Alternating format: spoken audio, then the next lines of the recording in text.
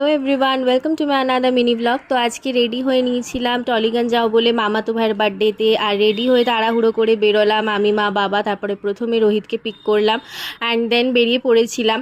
দাদার বৌমনি আগের দিনই চলে গেছিলো, গিয়ে দেখি বেশ সুন্দর ডেকোরেশন করেছিল। আর সবাই একসাথে হওয়া মানে গল্প তো হবে, এটা স্বাভাবিকই।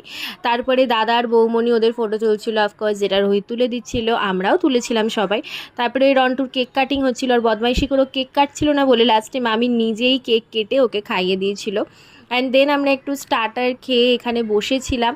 আর বাইরে ডেকোরেশনটা বেশ সুন্দর করে সাজিয়েছিল বলে ভাবলাম চলো তোমাদের সাথেও শেয়ার করা যাক।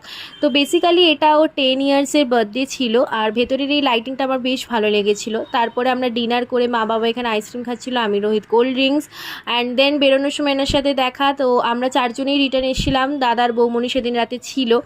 তো আমরা বেরিয়ে পড়েছিলাম বাড়ির দিকে, রাত অনেক হয়ে গেছিলো। আজকে মিনি ব্লগটা একটু ভালো লাগলে